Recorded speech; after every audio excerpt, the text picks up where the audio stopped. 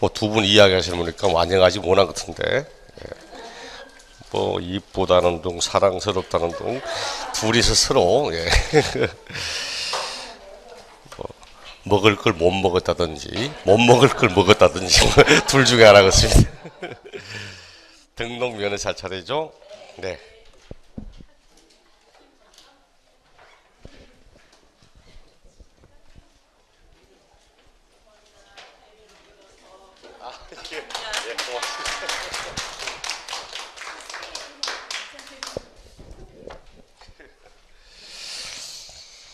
말씀드렸죠? 예, 제 집의 가장 큰 명절이 스승의 날이라고. 예. 예, 아버님부터 해서 우리 팔남매, 제가 팔남매인데, 예, 팔남매 가운데 5명이 교편지고 있습니다. 교편지고 있고, 팔남매의 배우자 8명 가운데 역시 4명이 교편지고 있습니다. 그러니까 아버님까지 해서 과거에 10명, 집에서 10명이 다 교편지고 있기 때문에 스승의 날 되면은 전부 뭘 학교에서 받아와서, 저는 누나들 여동생밖에 없으니까 전부 스타킹 등등등. 집사람도 그래요. 집사람 받아오면 뭐 딴 거, 뭐 스타킹 등등등 제가 이야기했습니다.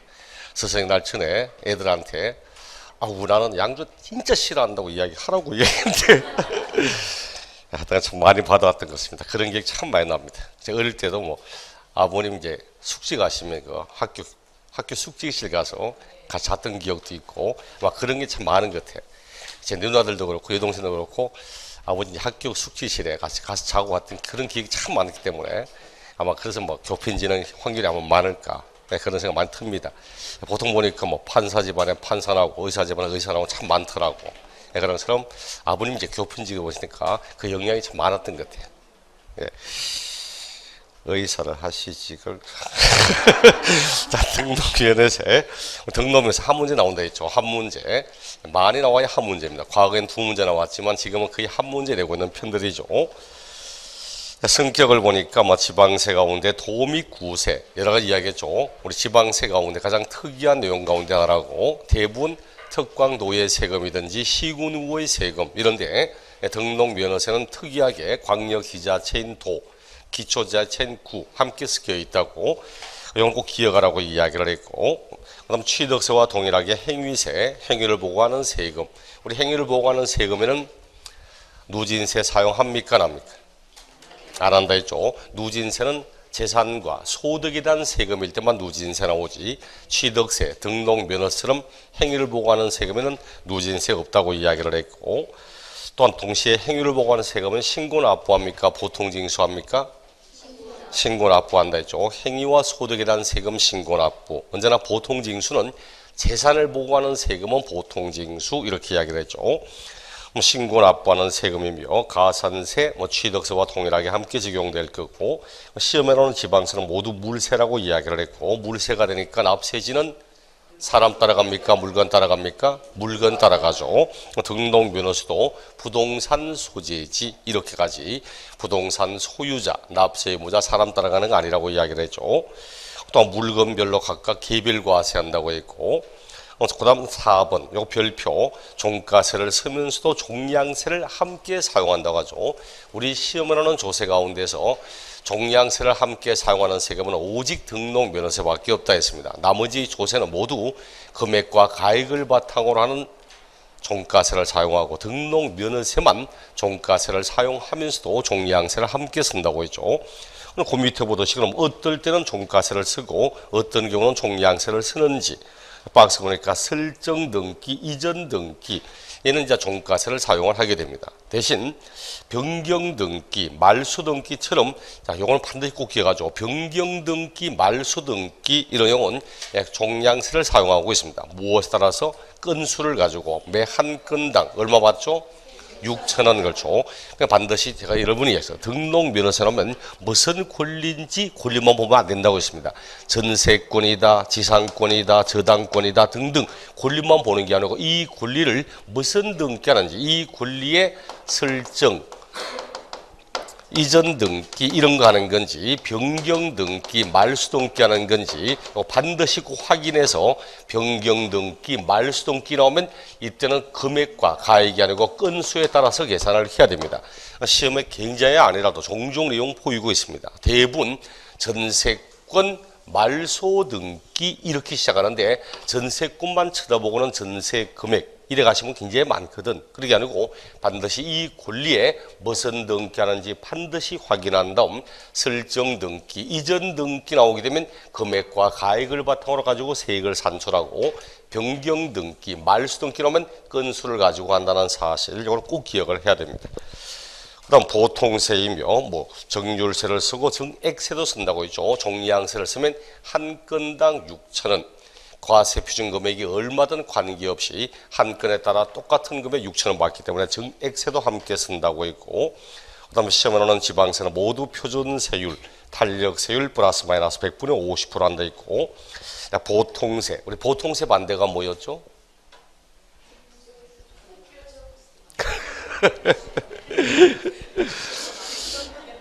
보통세 반대는 목적세입니다. 목적세.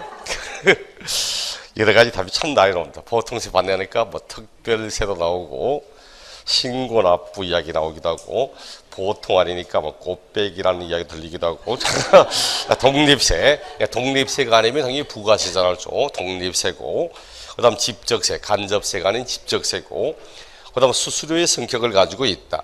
우리 수수료 자체는 아닙니다. 하지만 수수료의 성격을 가지고 있다는 거죠. 등기하려면 사법기관의 용역을 필요로 하고 등록하려면 행정기관의 용역을 필요로 하기 때문에 그런 용역의 대가로 주는 듯한 성격이 있다는 뜻입니다.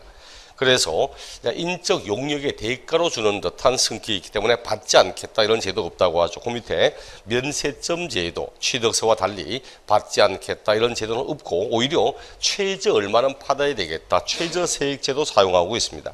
최저세액이 얼마? 6,000원이잖아요. 그래서 등록면허세는 산출한 세액이 6,000원에 미달할 때는 6,000원을 그 세액으로 하여 징수한다. 이렇게 이야기를 하고 있죠. 이것도 이제 등록면허세가 지니고 있는 특성이기 때문에 시험 지문에는 종종 언급하는 편들입니다. 그다음 등록에 대한 등록면허세 과세 대상. 첫째 보니까 재산권, 기타 권리의 설정, 변경, 소멸하는 사항을 공부에 등기 등록 등재하는 경우에 과세한다. 반드시 등기 등록 등재하는 경우에 과세하지 아무리 이런 권리를 취득하고 변경하고 소멸하더라도 등기 등록하지 않으면 과세할 수 없다. 그렇게 이야기를 하죠. 이를 우리 형식주의 과세 이렇게 이야기했습니다. 등기 등록하는 경우에 한해서만 그 세금을 부과할 수 있다. 이렇게 이야기를 했고, 그럼 우리가 전세권, 남의 집에 전세 들어가서 전세권에 관한 권리를 취득했다면 이걸 언제까지 등기해야 됩니까? 며칠 안에 신고 납부해야 되죠? 그렇죠. 전세권 설정할 수도 있고 안 할 수도 있잖아요. 안 해도 되잖아. 그래서 등록면허서는 원칙적으로 며칠 안에 신고 납부하여야 한다. 이런 말을 쓸 수가 없다는 겁니다. 내가 설정 등기하고자 하면 그때 내는 거지. 그래서 원칙적으로 며칠 안에 신고 납부 이렇게 하면 무조건 틀리고 원칙적으로는 등기 등록하고자 한다면 하기 전까지 신고 납부 이렇게 이야기를 하게 되죠. 또한 형식주의 과세. 등기 등록하는 시점을 기준으로 과세 표준 용도를 판단한다고 등기 등록하는 그 당시의 시점을 기준으로 과세 표준을 정한다. 우리 취득세 할 때 이랬죠. 어떤 지방세를 하든 지방세 과세 표준 나오면 반드시 앞에는 뭐 나온다 했죠? 납세의무 성립식이 나온다고 그러죠. 등록면허서도 등기 등록하는 그 당시의 가액을 바탕으로 세액을 산출하고 용도가 무엇인가 이렇게 따질 때도 등기 등록하는 그 시점의 용도를 가지고 판단하지 취득할 때 용도 이렇게 말하지는 않습니다. 또한 실권리자 여부, 이 사람이 진짜 권리자인지 정당한 건지 합법적인지 이런 거 불문하고 외형상의 형식 요건만 갖추어지면 등기 등록이면 과세 요건은 충족된다고 당연한 이야기죠. 등기는 공신력이 있다 했습니까? 없다 했습니까? 공신력이 없다 했잖아요. 추정력이라고 이야기를 했고, 또한 등기는 실질 심사하는 게 아니라 했죠. 형식적 심사주의라고. 그렇기 때문에 등기관은 뭘 심사합니까? 이 양반이 진짜 권리자인지 적법한 건지 이거 심사하는 거 아니잖아요. 형식적인 내용을 심사하는 거지. 등기 대상 맞냐고, 맞다면 우리 관할 맞냐고, 당사자 공동의 신청이냐고, 구비서는 다 구비가 되었고 기재서는 다 기재가 됐는지, 이런 형식적인 내용을 심사하는 거지 실질 내용을 보는 것이 아닙니다. 그래서 3번 등기 등록하였던 것이 무효가 되고 취소가 되어 이미 등기 등록한 것이 말소가 되더라도 이미 납부한 등록면허세 돌려준다 안 돌려준다? 안 돌려준다 그러죠. 왜? 등록면허세는 이 사람이 진짜냐 정당하냐 이거 받은 게 아니고 형식이 맞았기 때문에 받은 세금이므로 실질 내용에 문제가 생겨서 무효가 되고 취소가 되어 말소가 되더라도 아무런 영향을 주지 않습니다. 오히려 말소가 되면 말소 등기에 따른 등록면허세 오히려 그걸 납부해야 되는 거지. 그래서 이건 형식주의 과세 이런 것도 시험 지문에 종종 언급하는 부분이기 때문에 반드시 이 등록면허세의 기본 성격은 꼭 알아야 됩니다. 자, 여러분 했죠. 한 문제를 내는 세금은 굉장히 깊이 굉장히 어렵게 내지 않고 그 세금이 가지고 있는 가장 기본적인 특성 다른 조세와 차이점 이런 걸 많이 언급하는 편들이기 때문에 그런 내용들 좀 주의해서 보셔야 된다고. 등록면허세 납세 의무자 누가 낸다 했죠? 등록하는 자라고 했죠. 그럼 대부분 시험 보면 방금 공부한 등록을 하는 자 요 문장 내고 끝내는 경우 굉장히 많습니다. 사실 납세 의무자 가지고 한 문제를 내는 경우 가끔씩은 있지만 대부분 보면 다음 등록면허세가 난 설명이다. 1번 등록면허세 납세 의무자는 등록하는 자이다. 이렇게 지나가는 경우 태반입니다. 까다롭게 나온다면 등록하는 자의 정확한 의미와 실전에 관한 내용, 실무상의 내용을 적용할 수 있는가 이렇게 되는 거고 실무상의 내용 보면 우리 교재 보듯이 딱 보듯이 보존 등기, 설정 등기, 이전 등기 한다. 누가 냅니까? 권자가 낸다고 그러죠. 권자가 항상 권자가 냅니다. 그래서 전세권 설정 등기 누가 내죠? 전세권자가 저당권 설정 등기 저당권자가 이렇게 내는 겁니다. 대신 전세권 설정했던 거 말소하고 있다 누가 냅니까? 상대방이 내잖아 그렇죠? 그 전세권 설정자 이렇게 이야기를 하는 겁니다. 시험 지문에 이런 등기 납세 의무자 누구냐고 이렇게 되면 항상 설정 등기, 이전 등기 나오면 권자가 내고 말소 등기 나오면 설정자가 내고 이렇게 이야기를 해야 됩니다. 가장 최근 나왔던 기출된 문제에서도 건저당 설정하였던 것을 말소하는 경우 납세 의무자란 말이에요. 그럼 건저당 설정하는 경우 이걸 물으면 건저당 권자가 내. 근데 설정하였던 걸 말소한다면 건저당 설정자 이 사람이 납세 의무자. 오케이 맞는 지문. 이런 식의 내용이 나오는 겁니다. 보통 요 놈 내든지 아니면 이런 식으로 지문을 내든지 이렇게 편성을 하는 거지.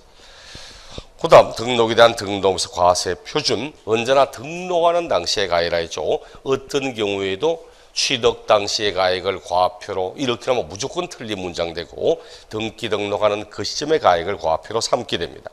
그럴 때 과세 표준 여러 개 나오죠. 부동산 가액을 가지고 한다. 부동산 가액을 가지고 뭘 할 때 부동산 가액 가져갑니까? 제가 항상 소가지가 못된 것들이 부동산 가액 가지고 간다고 소가지가 못된 것들이 소유권 나오니까 소유권과 같은 성격 가등기 그렇죠. 가등기도 소유권 확보 차원의 이야기니까 그 다음 지상권 요 세 가지는 부동산 가액을 과표로 삼는 겁니다. 또 진짜 적었다고 선생님 지역권도 헷갈리고 공부 전혀 안 한 겁니다. 소가지가 못된 것들이 부동산 가액을 가지고 하는 겁니다. 그럼 부동산 가액이 뭐냐고. 부동산 가액은 소유권이 딱 보이잖아. 취득세와 똑같습니다. 원칙은 신고하는 가액으로 하고 예외적으로 신고하지 않거나 신고한 금액이 시가 표준액에 미달한다면 시가 표준액으로 하고 특례적으로 국수공판법 중개사법에 따른 것은 실질가액을 과표로 하고 이게 바로 부동산 가액입니다. 원칙은 신고하는 가액, 예외적으로 시가 표준액, 특례적으로 사실상의 취득가액을 가지고 한다. 이렇게 부동산 가액을 가져가는 게 딱 세 가지, 소가지가 못된 것들 요 세 가지를 이렇게 사용을 합니다. 단 딱 하나 주의할 것이 요거 봐. 국수공판법, 국가 등으로부터 수입에 의해서 등등등 실질가액으로 한다 하더라도 반드시 이 금액은 어느 시점의 가액입니까? 등록하는 당시 가액으로 했나 그렇죠. 그래서 내가 법원 경매를 통해서 야, 법원 경매를 통해서 부동산을 취득했는데 등기하지 않고 있다가 지금 와서 등기하다 보니까 취득할 때 가액과 지금 가액이 다르더라는 얘기지. 그럼 어떡합니까? 그렇죠. 지금 가액 가지고 해야 되는 거지. 그래서 우리 이 법은 아무리 등록면허서는 국수공판법 등에 따라 명백히 실질가액이 입증되더라도 등기 등록할 당시 가액이 변경되었다면 변경된 가액, 즉 등록 당시의 가액을 과표로 하지 어떤 경우에도 취득 당시의 가액 이렇게 말하면 무조건 틀린 지문입니다.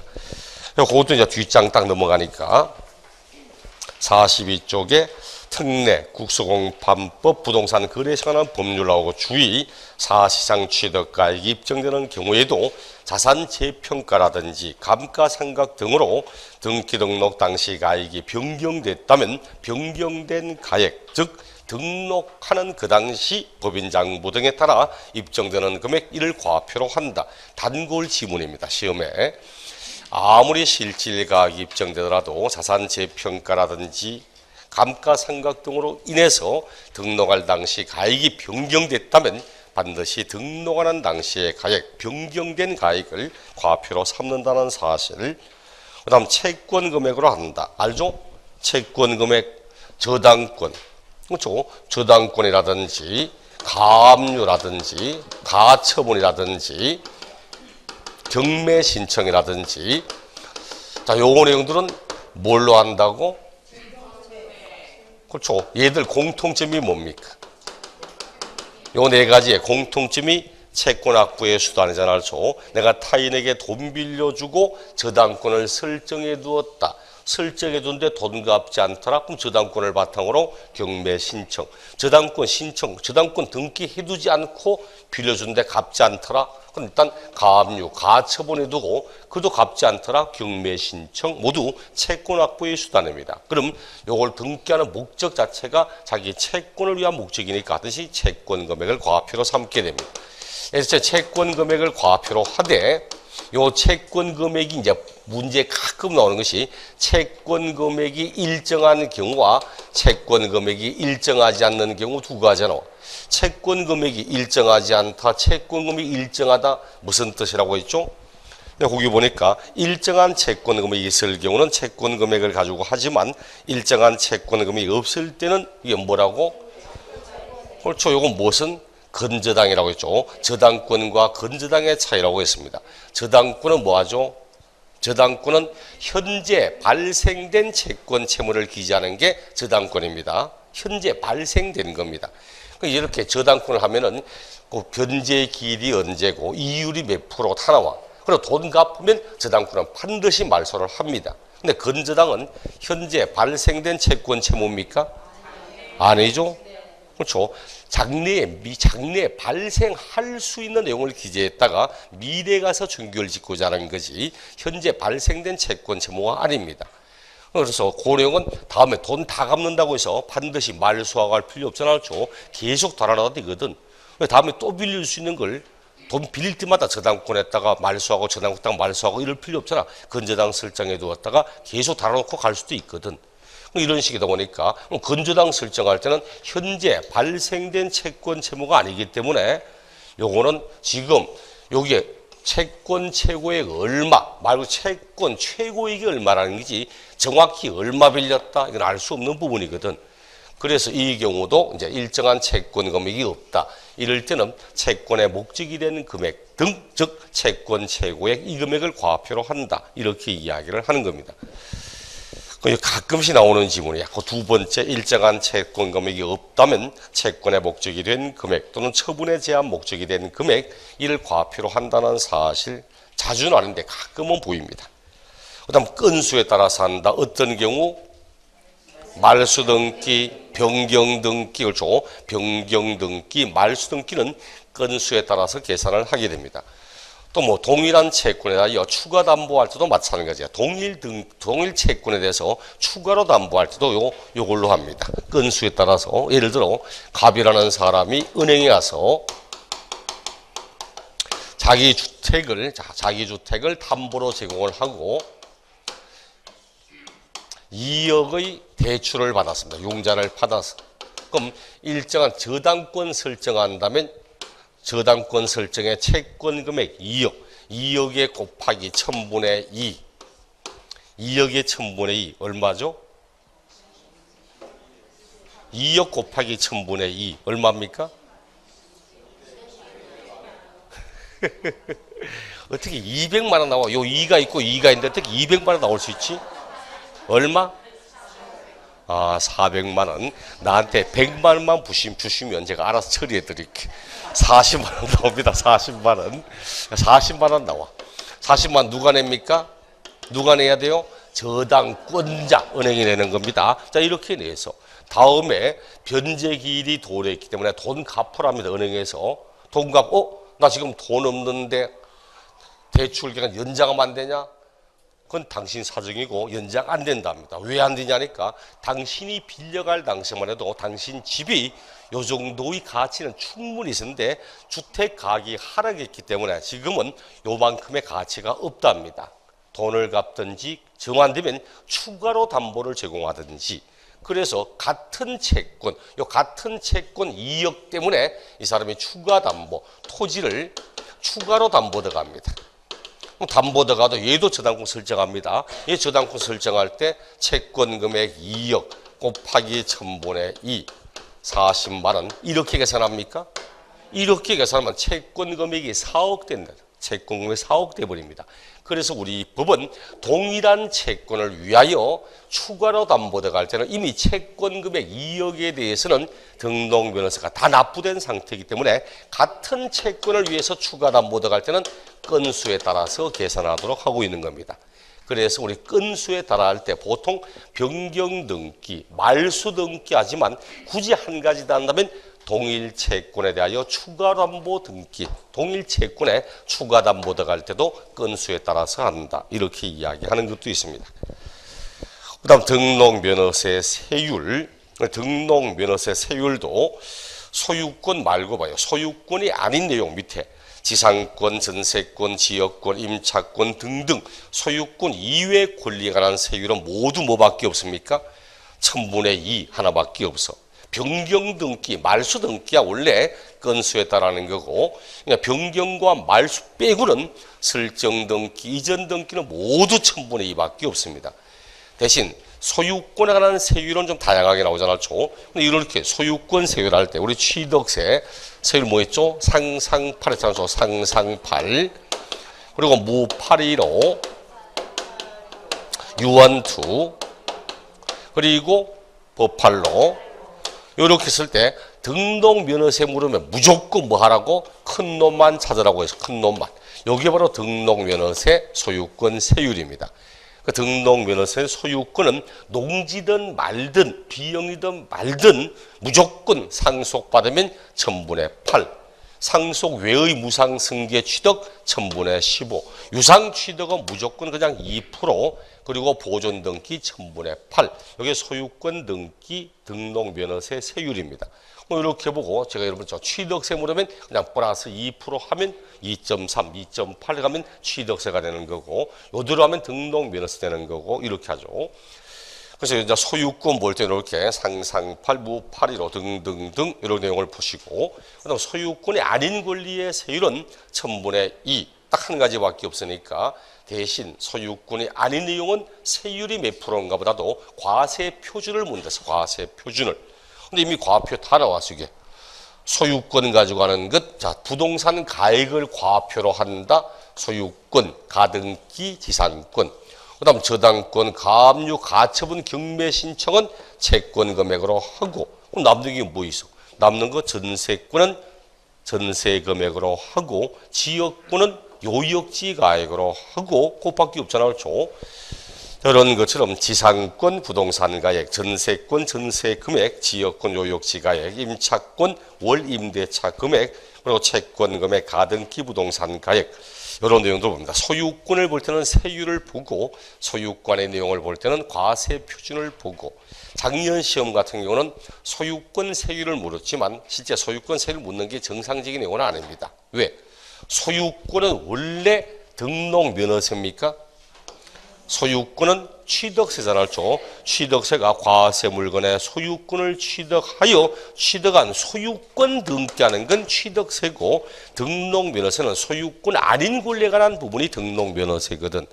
그러니까 법에 있기 때문에 작년 같은 경우 소유권세율을 물었지만 정상적인 내용을 한다면 소유권세율을 묻는 게 아니고 사실은 소유권이 아닌 내용들 가지고 문제를 출제 정상입니다. 왜? 요거는 임시거든. 사실은 통합되기 이전에 취득했는데 그때 등기하지 않고 있다가 지금 와서 등기한다면 앞에 취득세 2% 냈으니까 나머지 등기 등록 세금은 내야 된다. 그런데 그 이전에 취득했던 걸 등기하지 않고 있다가 지금 와서 등기하니까 불이익을 받아야지, 이런 의미에서 나온 세율이기 때문에 요거는 사실은 원래 내세야 될 거 안 내고 있다가 지금 와서 하고 있는 임시적인 부분이고 정상적인 내용이라면 이런 게 나올 수가 없는 부분입니다. 어쨌든 뭐 나오긴 나오니까 이렇게 보도록 하고, 그다음 그 밑에 앞에 있던 내용하고 산출세액 6,000원에 미달할 때는 얼마? 그 세액을 6,000원으로 한다. 수수료 성격 때문에 그렇다고 있고, 그다음 탄력세율 100분의 50번 미만해서 가감할 수 있고, 그다음 중과세, 우리 중과세 기억납니까? 요걸 통해 취득세 사람도 복습. 취득세 할 때 대도시 안에 하면 우리 대도시 안에 뭐 합니까?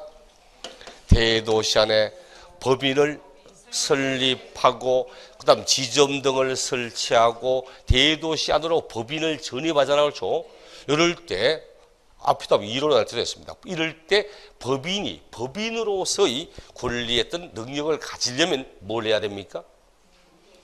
사람이 자연인에서의 권리했던 주체가 정확히 되려면 출생해야지. 그렇죠? 출생해야지. 이것처럼 법인도 출생해야 됩니다. 그럼 법인은 어떻게 하면 출생합니까? 등기함으로써. 그렇죠? 그럼 법인 등기합니다. 이런 법인 등기, 요거 3배 중과세 끝. 이게 등록면허세거든.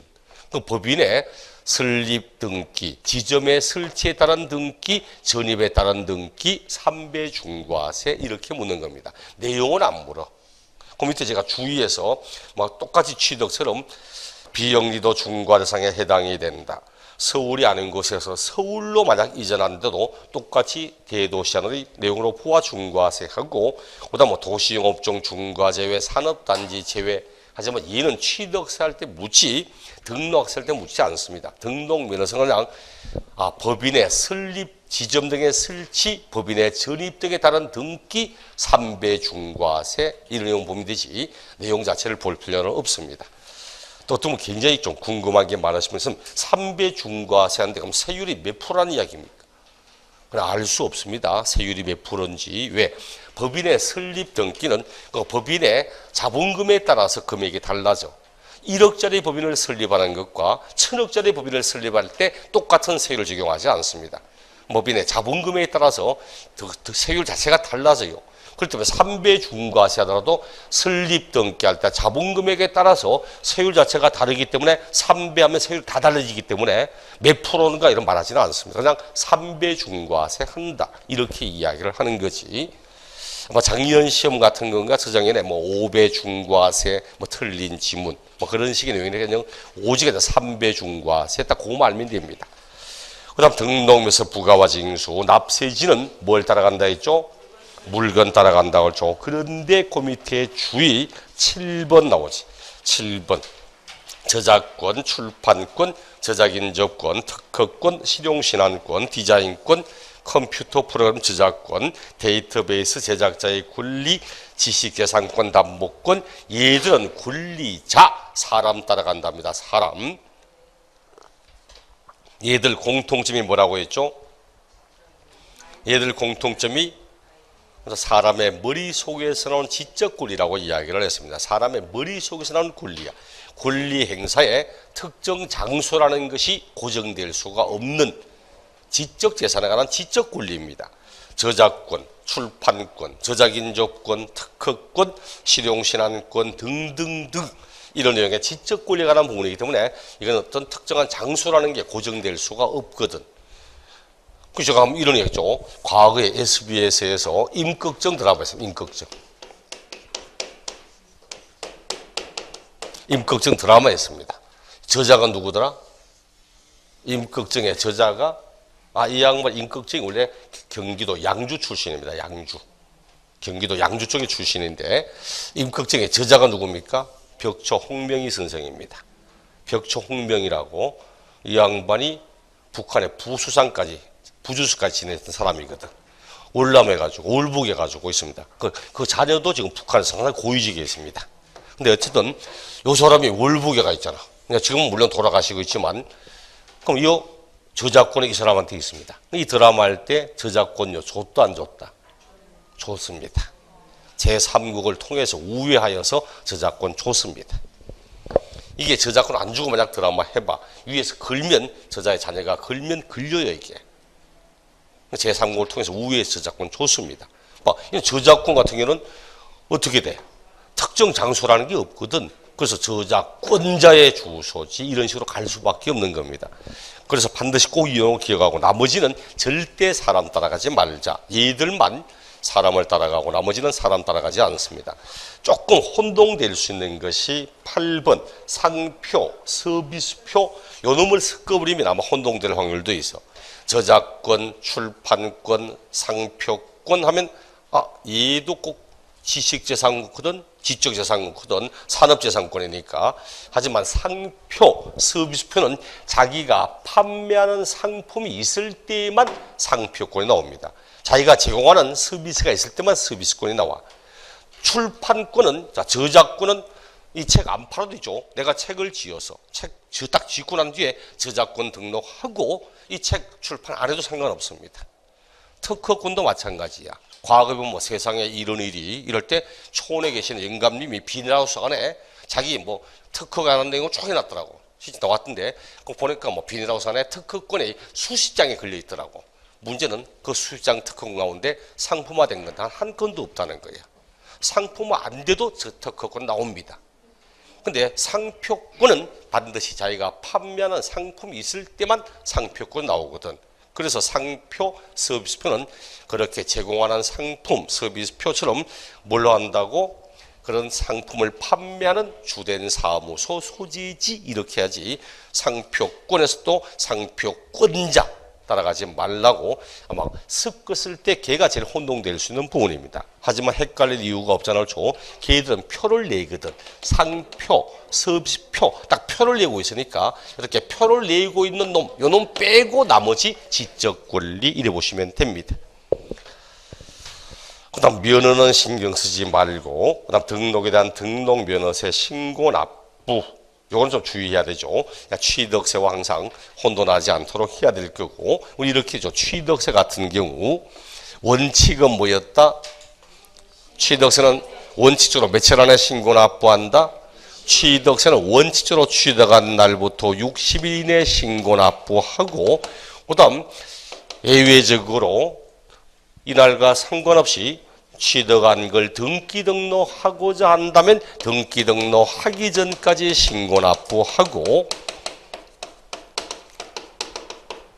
그 다음 특례적으로 비과세, 감면을 적용받았던 것이 뒤에 가서 부과하는 대상, 추징하는 대상 되거나 중과 대상 아니었던 것이 중과 대상 되거나 이럴 때는 30일 안에 신고 납부하고 이렇게 써놨죠. 근데 등록면허세는 요 놈이 없다는 거죠. 요 놈 없다는 거 빼고 똑같습니다. 등록면허세는 원칙이 등기 등록하기 전까지 신고 납부한다. 다만 예외적으로 요 경우에 해당한다면 사유 발생일부터 30일 안에 신고 납부한다. 여기 바로 등록면허세입니다. 그렇기 때문에 우리 취득세와 가장 지문에 많이 나오는 게 요 놈이야.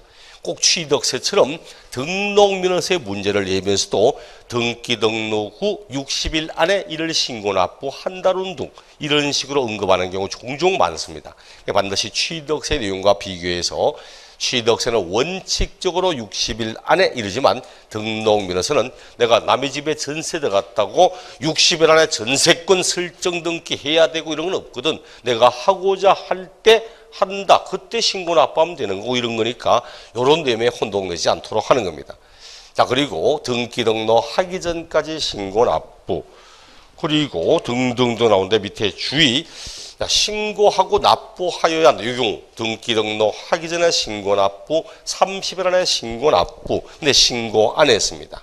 신고 안 하면 뭘 적용하죠? 신고 안 하면 신고불성실 가산세 적용하잖아, 그렇죠?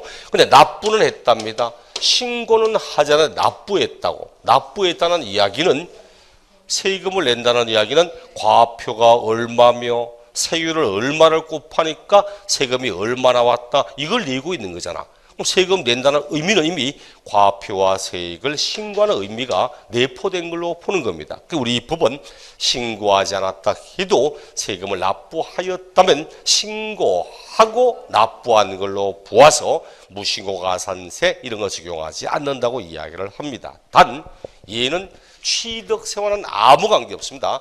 취득세는 신고하지 않고 납부해도 신고불성실 가산세 적용합니다. 이거는 등록 면허세에 대해서만 적용하는 거지 취득세로 끌고 가면 안 됩니다. 밑에 이제 특례 중에서 신고하지 않은 경우에도 법정기한 이내에 납부한 경우는 이를 신고하고 납부하는 걸로 보며 이 경우 신고불성실 가산세 징수하지 않아야 한다고. 주의, 신고하지 않고 납부한 이 경우의 규정은 취득세는 적용되지 않는다고. 등록면허세만 사용하는 규정이지. 그러다 보니까 있는 등록면허세가 지니고 있는 특징이거든. 이것도 이제 가끔씩 나옵니다. 틀리게 종종 지문을 내. 신고하지 아니하고 납부한 경우에는 신고하고 납부한 걸로는 보지만 가산세가 적용된다는 등, 아니면 신고하고 납부하는 걸로 보아 신고불성실 가산세 100분의 50을 경감한다는 등, 이런 식으로 종종 끄덕입니다. 반드시는 신고하고 납부한 걸로 본다고. 신고하고 납부하는 걸로 본다면 신고불성실 적용할 수가 없잖아요. 신고하고 납부했는데 가산세 어떻게 적용합니까? 그 다음 면허에 대한 등록면허세는 역시 신경 쓰지 않아야 될 거고, 가산세, 취득세와 동일하다.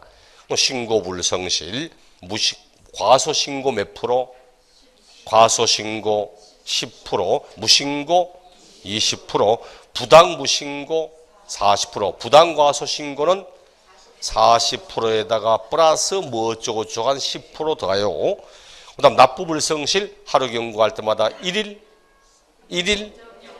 그렇죠? 1만 분의 3, 0.03% 가산하는 거고, 그 다음 부가세, 취득세는 취득세 뒤에는 원칙적으로 농어특별세, 지방교육세가 동시에 원칙적으로 다 나오지만 등록면허세에는 원칙은 지방세 뒤에는 지방교육세 나오죠. 지방교육세.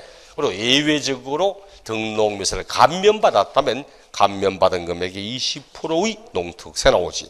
그러므로 우리 지난번에 쳤듯이 등록면허세는 원칙적으로 농특세와 지방교육세가 부가세로 부과되며 이러면 안 됩니다. 원칙적으로는 지방교육세밖에 안 나와. 예외적으로 감면을 받는다면 농특세가 나올 수도 있다는 것이. 그 다음 등록면허세의 비과세. 1번 국가 등이 자기를 위해서 받는 등록면허. 요즘은 가끔 보입니다. 등록면허세는 비과세를 가지고 한 문제를 내는 경우는 없다고 이야기해. 대신 이제 지문 안에 어쩌다가 하나 쭉 내는데 그 가운데 가장 확률상 높은 게 1번. 국가 등이 자기를 위해서 하는 등록. 자기를 위한다는 게 뭡니까? 국가 등이 자기를 위한다는 게, 그렇죠? 등기 권리자가 국가, 지자체 등이 되는 그런 등기입니다. 국가 등이 자기 자신을 위해서 하는 등기. 저 사람이 갑이라는 사람이 세금을 내지 않았기 때문에 체납된 세금을 받기 위해서 국가가 또는 지자체가 저 사람의 재산에 압류들어갑니다. 압류 등기는 바로 국가, 지자체가 자기의 권리를 위해서 하는 등기거든. 이런 과세하지 않습니다. 그런데 동그라미 2번에 조세 체납 등으로 국가 등이 한 이런 압류 등기를 해지한답니다. 왜 해지합니까? 세금 내지 않았기 때문에 압류했는데 해지한답니다. 왜? 냈거든, 그렇죠? 이런 것도 국가 등에 따른 비과세가 적용된다고 법에 있는 건 아니지만 지방세법 운용세칙에서 이것도 과세하지 않는다고 이야기를 했고, 요지문도 아마 작년인가 저작년인가 나왔더라고. 국가, 지자체 등이 압류하였던 등기를 압류 해지하는 것에 대하여 과세하지 아니한다. 나 그래 지문 내는 사람 참 신기합니다. 아니 어떻게 제가 여러분 있죠? 법도 아니고 제가 지방세법 운용세칙이라는 게 뭐라 했죠? 지방세법 운용세칙이라는 게 이게 뭐냐니까 진짜 말 그대로 법도 아니고 시행도 아니고 시행규칙도 아니거든. 요거는 행정안전부가 지방세를 해석할 때 반드시 이렇게 해석하라고 내린 건 행정안전부의 해석 지침입니다. 그걸 가지고 시험 지문에 툭툭 던지기 시작하면 각각의 그 정부에서 하는 각각 부처에서 말하고 있는 행정 지침을 우리가 다 알아야 되고 이게 참 문제 있잖아. 이것도 맞아요. 국세할 때도 국세의 기본 통칙도 맞아요. 기본 통칙도 요 내용도 재정기획부에서 이렇게 하라고 내리고 있는 지침입니다. 이걸 가지고 내고 있어. 참 답답합니다. 진짜 시험 지문에. 어쨌든 뭐 시험 자꾸 나오니까 어떡합니까? 어쨌든 이런 것도 봅니다. 운용세칙에 이렇게 말하고 있어. 압류 등기는 물론이고 세금을 납부했기 때문에 압류 해지하여 주는 이 등기도 과세하지 않는다고 이렇게 말하고 있고, 그다음 외국 정부에 대해서는 상호주의를 적용하는 건 당연한 이야기고, 나머지 그 밑에 내용들은 뭐 특별한 내용은 없습니다. 크게 신경 쓸 필요 없고, 보통은 뭐 1번 동그라미, 1번 동그라미, 2번 위에 거 국가자는 비과세, 뭐 거의 거기에서 끝을 내는 편들입니다. 그 밑에 용도분 지금까지 단 한 번도 사실 나온 적이 없습니다. 그 다음 뒷장 요까지 이제 등록면허세 이야기였고, 그 다음 재산세의 승격 지방세 가운데 시군 구의 세금이죠. 취득세가 특광노예 세금, 등록면허는 도 및 구세, 재산세는 순수한 시군구의 세금. 단 서울특별시만큼은 특별시와 구가 공동과세하고 이런 말 나오지만 신경 안 써도 괜찮습니다. 서울시 안에서만 쓰고 있는 내용을 당신이 다 알고 있는가? 뭐 지방에 있는 사람이 그걸 재산세가 서울시는 이렇게 한다. 내가 알 필요 뭐 있어? 신경 안 써도 괜찮습니다. 역시 독립세이며 보통세이며 응익과세라고 하죠. 우리 취득과 등록면허는 응능과세라고 말합니다. 응능과세, 능력에 차가 난다고 말하고 있고, 재산세는 응익과세, 수익에 차가 난다고. 그렇다고 실질적으로 발생된 수익, 실현된 수익을 보는 게 아니고 발생 가능성, 수익 발생 가능성을 보는 겁니다. 잠재된 수익성, 내재되어 있는 수익성 이런 걸 보는 거지. 실질 발생된 수익을 보는 게 아닙니다. 실제로 발생된 수익에 대한 세금은 소득세지. 이거는 요 재산을 가지고 있음으로 인하여 수익이 발생할 수 있지 않느냐, 수익 발생 가능성을 본다는 이야기고, 그다음 물세이기 때문에 개별과세한다. 단 예외적으로 토지에 대한 재산세만큼은 합산과세를 하게 됩니다. 아무리 많은 재산을 가지고 있어도 하나하나 각각 개별적으로 세금을 부과합니다. 내가 집을 수백 채를 가지고 있다. 재산세는 하나하나 따로따로 나옵니다. 하지만 토지만큼은 종합 합산 토지, 별도 합산 토지처럼 합산하여 과세하는 합산이 나오기 시작합니다. 물세이기 때문에 납세지는 물건, 재산 따라갈 거고, 그다음 물건을 보고 하는 것이기 때문에 어떻게 취득되겠냐, 누구의 재산이냐 이거 보내고 현재 있는 그 물건 자체만을 보고 세금을 부과합니다.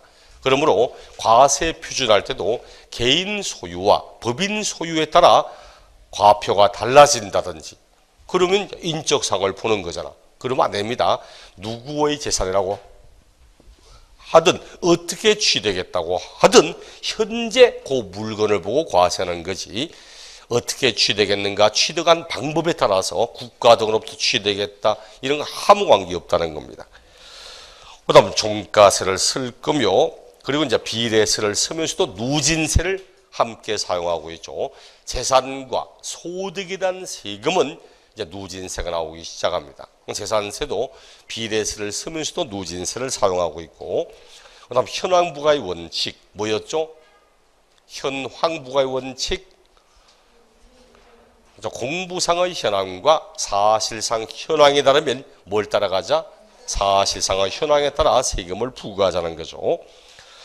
그 다음 사실주의 과세, 뭐 등기 등록 등의 형식과는 관계없이 과세한다는 뜻이었고, 그 다음 보유과세, 보유과세니까 이전 과정의 세금, 유통 과정의 세금은 신고납부, 보유 과정의 세금은 보통징수하고 있죠. 보통징수. 그다음 물납 그리고 분납이 가능하며 뭐 내용은 뒤에 나올 거니까 물납과 분납이 동시에 다 가능한 세금은 지금은 재산세밖에 없죠. 물론 상속세도 있습니다. 하지만 기본적으로는 시험에 나오는 조세가 특히 시험에 나오는 세금 가운데서는 물납이 허용되는 세금은 오직 재산세밖에 없습니다. 그렇죠? 분납이 허용되는 세금 뭐 있었죠? 재산세, 종합부동산세, 양도소득세, 분납은 여러 차례 인용되지만 물납은 오직 재산세에 대해서만 물납이 허용되지 종합부동산세, 양도소득세는 2016년 작년부터 물납제도가 폐지됐다고 했죠. 2015년까지는 인정되었었는데 소유액 징수 면제 앞에도 나와서 재산세액 2,000원 미만에 대해서는 징수하지 않겠다고 재산세, 과세 주체는 앞에 있던 시군 구가 될 거고 재산세, 과세 대상 재산세 대상에는 몇 가지 있죠?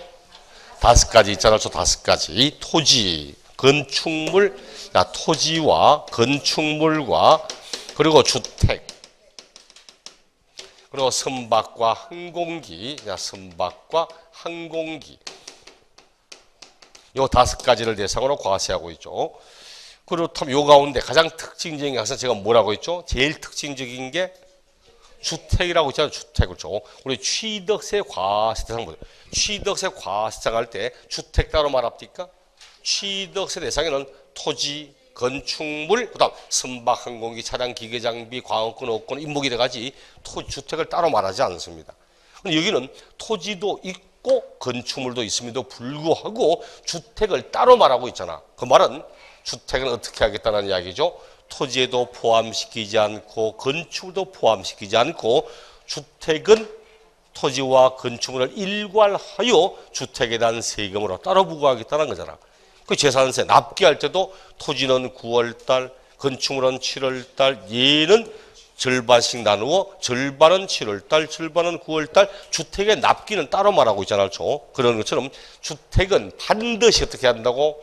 반드시 주택의 토지와 건축물을 통합하여 과세한다고 했습니다. 상당히 중요한 말이라고 해서 주택은 반드시 주택의 건축물과 토지를 통합하여 세액을 산출한다고 설사 토지와 건축물의 소유자 다르다 하더라도 세액을 산출할 때는 토지와 건축물의 가격을 합한 금액을 바탕으로 세액을 산출하고 합니다.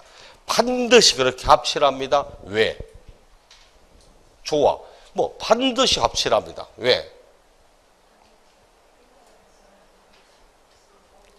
생각나요? 반드시 합치랍니다. 왜? 누진세 쓰겠다는 이야기잖아. 그렇죠? 만약 비례세라면 반드시 합쳐라 할 필요 없어. 합치나 안 합치나 세율이 같다면 따로따로 하면 되지. 근데 합치면 금액이 틀리잖아. 금액이 틀리면 세율이 달라지겠다는 이야기지. 누진세 쓴다는 이야기입니다. 기본적으로 주택도 0.1에서 0.4 누진세를 쓰거든. 종합 합산, 별도 합산하는 건 누진세 쓰거든. 그래도 반드시 토지와 건축물을 합쳐 세금을 산출한 말은 합치면 금액 커진다. 금액 커지면 세율 따라 커지겠다. 이런 의미가 같이 내포되어 있는 거예요. 실제로는. 어쨌든 이거는 꼭 압니다. 주택은 반드시 토지와 건축물의 가격을 합쳐 세액을 산출한다는 사실은 절대 잊어버리면 안 되는 거고 합한 금액을 과표로 하여 누진세를 사용한 다음 그렇게 나온 금액을 토지와 건물 소유자가 다르다면 나온 금액을 토지의 시가 표준액과 건축물 시가 표준액 고금액 비율로 나누어 각각 납세 의무 이렇게 이야기를 합니다. 납세 의무자 할 때 공동 소유 재산은 지분권자가 내고 근데 고민사 나온 게 주택의 토지와 건축물의 소유자가 다를 때에는 산출한 세금을 토지와 건축물의 시가 표준액 고금액 비율로 나누어서 각각에 대한 납세 의무 이렇게 이야기를 하기도 합니다. 그럼 재산세에서 토지를 말할 때는 주택의 토지는 포함되면 안 되죠. 주택 토지는 빼고 그러므로 혹시나 시험 지문에 주택의 부속 토지는 종합합산 토지라는 등 별장 토지는 사치성으로 고율 분리 이름 따라가는 사람 굉장히 많아요. 실제로 별장 토지는 사치성 재산으로 고율 분리 토지에 해당하며 맞네. 사치성 고율 분리 아닙니다. 별장은 주택이거든. 별장은 주택입니다. 그러므로 별장도 그냥 토지와 건축물의 가액을 합쳐서 그냥 곱하기 4%에 가버리지 이런 식으로 여기 따라가면 안 돼. 토지의 유형 분류할 때 주택의 토지는 별장 토지는 이런 말 나올 때 이게 분리라는 운동하면 진짜 불리해집니다. 절대 그러면 따라가면 안 돼. 건축물도 주택 건물은 제외하고 이야기를 하는 거고 그래서 우리 토지에도 교재 보니까 뭐 별장을 포함한 주택의 토지 제외 그 다음 건축물 할 때도 주택 건축물 제외 이렇게 이야기를 하는 겁니다.